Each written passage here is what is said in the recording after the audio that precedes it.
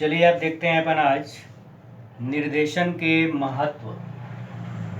निर्देशन के बारे में पढ़े अभी अपन, उसके बाद देखते हैं निर्देशन का महत्व। तो कहा जाता है कि निर्देशन प्रबंध के कार्य का हृदय स्थल है। प्रबंध के कार्य का हृदय स्थल है, कारण जब तक निर्देश दिया नहीं जाएगा तब तक हमको हमारे लक्ष्य की प्राप्ति नहीं होगी। तो कहा गया निर्देशन प्रबंध का हृदय है। एक प्रकार से युद्ध में जो मोर्चाबंदी किया जाता है, ठीक उसी प्रकार से उत्पादन करने के लिए भी निर्देशन देता है कौन? कंपनी का प्रबंधक।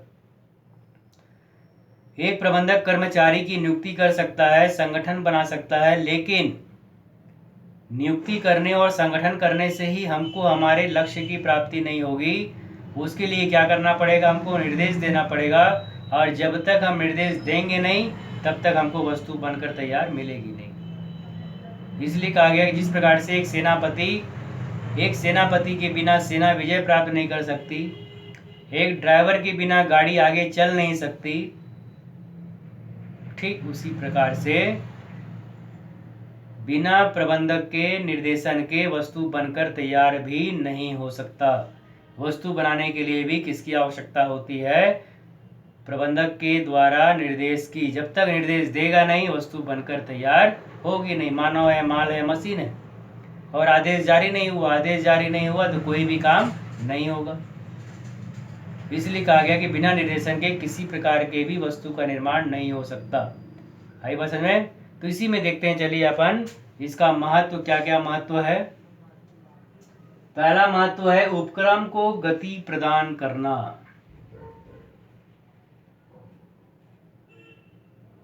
निर्देशन का पहला महत्व है उपक्रम को गति प्रदान करना। उपक्रम मतलब कंपनी को गति प्रदान करना है, मतलब आदेश देना है। जैसे ही आदेश देंगे वहां पे काम करने वाले कर्मचारी काम में लग जाएंगे, वस्तु बनकर तैयार हो जाएगी और उपक्रम का विकास होगा। तो कार्य को तीव्र गति से करने के लिए, गति प्रदान करने के लिए किसकी आवश्यकता होती है? आदेश की, निर्देश की। इसलिए कहा गया निर्देश देंगे तभी वस्तु बनकर तैयार होगा, अन्यथा नहीं होगा। नाव है, नाव चलाना है तो नाव में क्या चाहिए? पतवार। अब पतवार को दिशा दोगे तो नाव अपने दिशा में बढ़ेगी, और नाव में बैठ तो गए हैं और पतवार है ही नहीं।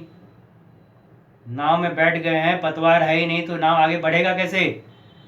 ठीक उसी प्रकार से कर्मचारी आ तो गया है लेकिन उसको आदेश मिला ही नहीं है। आदेश मिला ही नहीं तो करेगा क्या? वो आकर चुपचाप बैठेगा, 8 घंटे का टाइम पास हो जाएगा और अपने घर चला जाएगा। लेकिन कंपनी का कोई विकास यहाँ पर नहीं हुआ, किसी प्रकार की कोई वस्तु बनकर तैयार नहीं हुई यहाँ पर। कारण क्योंकि उसको आदेश जारी नहीं किया गया था। इसलिए कहा जाता है उपक्रम को गति प्रदान करना निर्देशन का मुख्य कार्य है। जब तक हम आदेश देंगे नहीं उपक्रम का विकास होगा। ठीक। दूसरा, कार्य कुशलता में सुधार लाना। निर्देशन का अगला महत्व है संस्था में काम करने वाले कर्मचारियों के कार्य कुशलता में सुधार लाना। जब आदेश दिया गया तो आदेश देने के बाद मालूम चला कि कुछ कर्मचारी को काम में जो है काम करने में दिक्कत आ रही है, काम समझ में नहीं आया है। और ये कौन बताया? प्रबंधक को। नियंत्रण करने वाला अधिकारी। जब प्रबंधक को इस बात की जानकारी हुई कि उस व्यक्ति को काम के बारे में कुछ समझ नहीं आ रहा है, इसलिए ठीक से नहीं कर पा रहा है, तो तुरंत उसके प्रशिक्षण की व्यवस्था करवा देता है। उसकी कुशलता में वृद्धि के लिए उसको काम सिखाता है, ताकि आने वाले समय में किसी प्रकार से भी वहाँ पे कोई गड़बड़ी ना हो, कोई नुकसान ना हो। तो कार्य कुशलता में सुधार लाने के लिए उसने उसे प्रशिक्षण दिलवाया या सीनियर कर्मचारियों के साथ रख दिया कि और बताया गया कि इनको काम बताओ कैसे काम करना है। तो इस प्रकार से जो व्यक्ति काम नहीं कर पा रहा था उसकी भी कार्य कुशलता में क्या हो गई? सुधार, और वो भी अपने गति से काम करना शुरू कर दिया। तो निर्देशन के माध्यम से ही वो निर्देश देते नहीं तो काम होता नहीं, काम होता नहीं तो हमको मालूम चलता नहीं कि उसको काम आता भी है कि नहीं आता है, और फिर हम उसका मार्गदर्शन भी नहीं कर पाते वहाँ पर। तो उसे कार्य कुशलता में वृद्धि किसके माध्यम से हुआ? निर्देशन के माध्यम से ही कर्मचारियों के कार्य कुशलता में वृद्धि हुई। आई बात समझ में? इसलिए कहा गया कार्य कुशलता में सुधार लाना। काम करने के तरीके में सुधार लाने का काम कौन करता है? कंपनी का प्रबंधक। किसके द्वारा? निर्देशन के द्वारा। समन्वय स्थापित करना, बताया था ना, समन्वय यानी समानता, समन्वय यानी समानता लाना। कंपनी का प्रबंधक सभी विभाग में काम करने वाले कर्मचारियों को एक समान आदेश देता है, तब जाकर उसके आदेश के माध्यम से कर्मचारी काम करते हैं टीम भावना के साथ। जब समान आदेश दिया जाता है तो सब एक साथ मिलकर कोशिश करते हैं कि आज हमको ये सब काम कंप्लीट कर देना है, तो उनके बीच में एक टीम भावना आ जाती है। और जब टीम भावना आ जाती है तो जो हमारा लक्ष्य है, हमको हमारे उस लक्ष्य की प्राप्ति हो जाती है। तो टीम भावना लाना या टीम भावना लाने का काम भी कौन करता है? हमारा प्रबंधक। एक व्यक्ति अकेला कोई भी काम नहीं कर सकता। एक व्यक्ति को आदेश दिया गया, बाकी को आदेश नहीं दिया गया तो कोई मतलब नहीं। एक व्यक्ति काम करेगा, बाकी काम नहीं करेंगे तो हमको हमारे लक्ष्य की प्राप्ति नहीं होगी। लेकिन अगर वहाँ पर टीम भावना है, सभी को समान आदेश दिया गया और सब मिलजुल कर काम करेंगे वहाँ पर, तो हमको हमारे लक्ष्य की प्राप्ति हो जाएगी। तो निर्देशन के द्वारा ही संस्था में टीम भावना एकत्रित होता है, टीम भावना जागृत होता है और सब मिलकर काम करते हैं, तब जाकर हमको हमारे लक्ष्य की प्राप्ति होती है। तो निर्देशन का अगला महत्व क्या होता है? समन्वय स्थापित करना। समन्वय यानी टीम भावना लाना, सबको समान आदेश देना। समान आदेश देंगे तब जाकर समान वस्तु बनकर वहां पर तैयार होगी, इस बात का ध्यान देना है। ठीक है, आगे देखिए, परिवर्तनों के लिए कर्मचारी को राजी करना। कभी कभी कंपनी का प्रबंधक कुछ परिवर्तन करना चाहता है तो कर्मचारी जो है उसका विरोध करते हैं।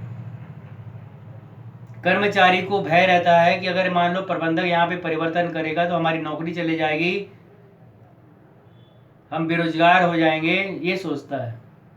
तो उसके लिए तैयार करता है निर्देशन द्वारा कौन? कंपनी का प्रबंधक। जैसे कार्यालय में यहाँ पर पहले जो है क्लर्क के माध्यम से लिखने पढ़ने का काम किया जा रहा था।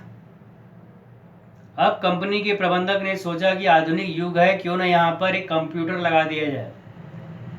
और कंप्यूटर लगा देंगे तो इससे जो है हमारे कार्य की गति और बढ़ जाएगी और कम समय में आसानी से हमारा काम हो जाएगा।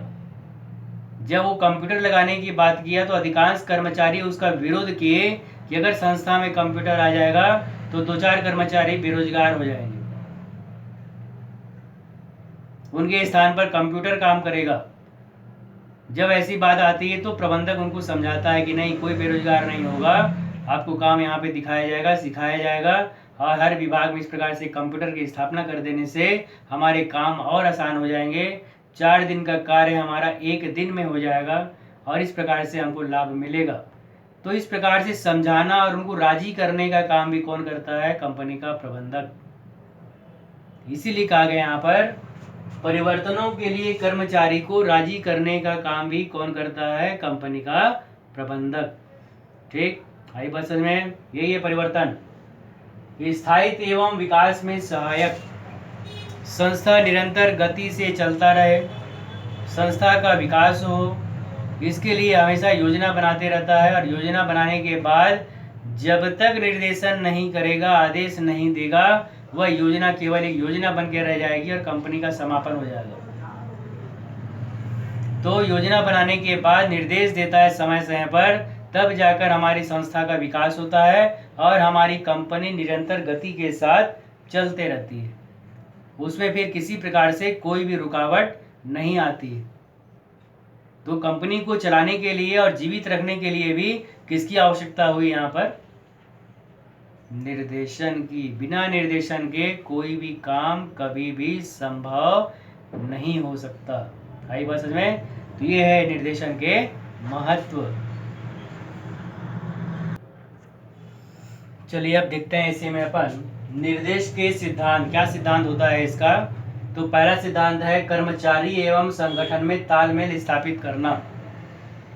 यहाँ पर ये विश्वास दिला, कर्मचारी सोचता है कि मैं मेहनत करूँगा और लाभ होगा और ये लाभ जो है सीधा प्रबंधक को मिलेगा और हमारे वेतन में कोई वृद्धि नहीं होगी। तो ऐसी दशा में प्रबंधक यहाँ पर उनको समझाता है कि अगर मिल के काम करेंगे तो संस्था को लाभ होगा और संस्था के लाभ होगा तो आपके वेतन में भी क्या होगा? वृद्धि होगा। इस प्रकार से संस्था का भी विकास होगा और आपका भी विकास होगा। ये समझाने का काम कौन करता है? कंपनी का प्रबंधक।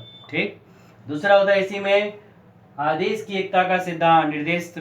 निर्देशन कब सफल होगा? जब आदेश की एकता रहेगी। आदेश देने वाला केवल एक व्यक्ति रहेगा, तभी जो है उसके आदेश का पालन होगा। तो स्पष्ट कर देता है प्रबंधक कि मेरे द्वारा आदेश उप प्रबंधक को मिलेगा, उप प्रबंधक फोरमैन को आदेश देगा, फोरमैन चार्जमैन को आदेश देगा और चार्जमैन कर्मचारी को आदेश देगा। तो कर्मचारी अपने चार्जमैन के आदेश का ही पालन करेगा, बाकी किसी के आदेश पर कोई ध्यान नहीं देगा। जब स्पष्ट कर दिया जाता है तो कर्मचारी केवल चार्जमैन के ही आदेश का पालन करता है और उसके मन में कोई भ्रम की स्थिति यहाँ पर नहीं रहती है, वस्तु समय पर बनकर तैयार हो जाती है। इसलिए कहा जाता है कि यहाँ पर आदेश की एकता के सिद्धांत का पालन किया जाता है। अगर आदेश के बारे में स्पष्ट नहीं होगा तो भ्रम की स्थिति होगी, और भ्रम की स्थिति होगी तो उस दिन किसी प्रकार से भी किसी वस्तु का निर्माण नहीं हो पाएगा। ठीक है। फिर कहा गया यहाँ पर प्रभावी संप्रेषण व्यवस्था। संप्रेषण यानी सूचनाओं का आदान प्रदान।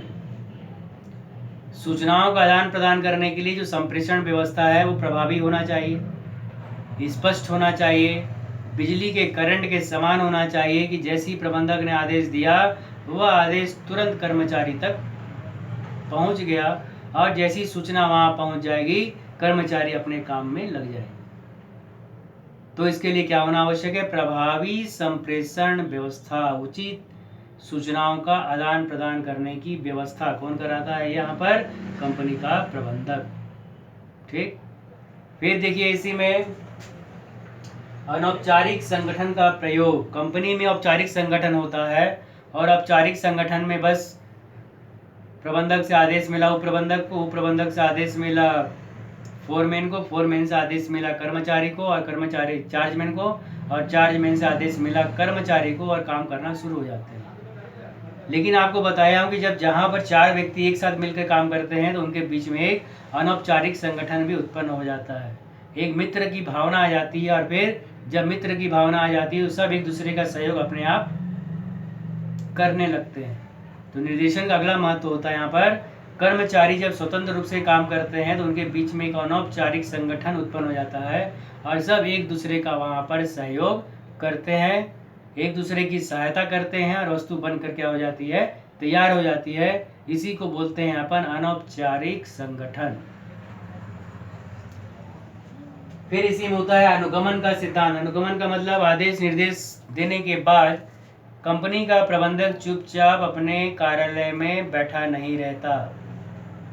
अधिकारी नियंत्रण कर रहे हैं, देख रहे हैं, उसके बावजूद कंपनी का प्रबंधक एक राउंड मार लेता है, देखता है कि जो मैं आदेश दिया हूँ उसके आदेशानुसार कार्य हो रहा है कि नहीं, कहीं पर कोई गड़बड़ी तो नहीं है। अगर उसको लगता है कि नहीं ये व्यक्ति अच्छे से काम नहीं कर पा रहा है तो वहाँ पर उसको समझाता है, उसको प्रशिक्षण की व्यवस्था भी दिलाता है ताकि दोबारा इस प्रकार से कोई गलती वहाँ पर ना हो। तो कर्मचारियों के कार्यों को देखने की क्रिया को ही क्या बोलते हैं? अनुगमन।